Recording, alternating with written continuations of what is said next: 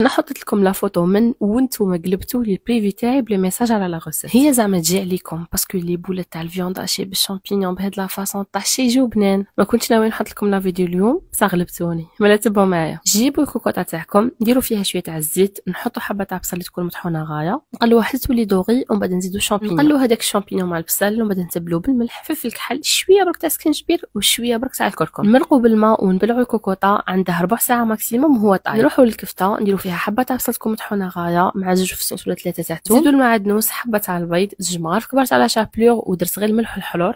نجموا تزيدوا اي توابل بغيتوها، نعجنوها غايه ونروحوا نشكلوها كريات كبار صغار، ما عندي ما دخلني فيكم ديروهم كيما بغيتوا.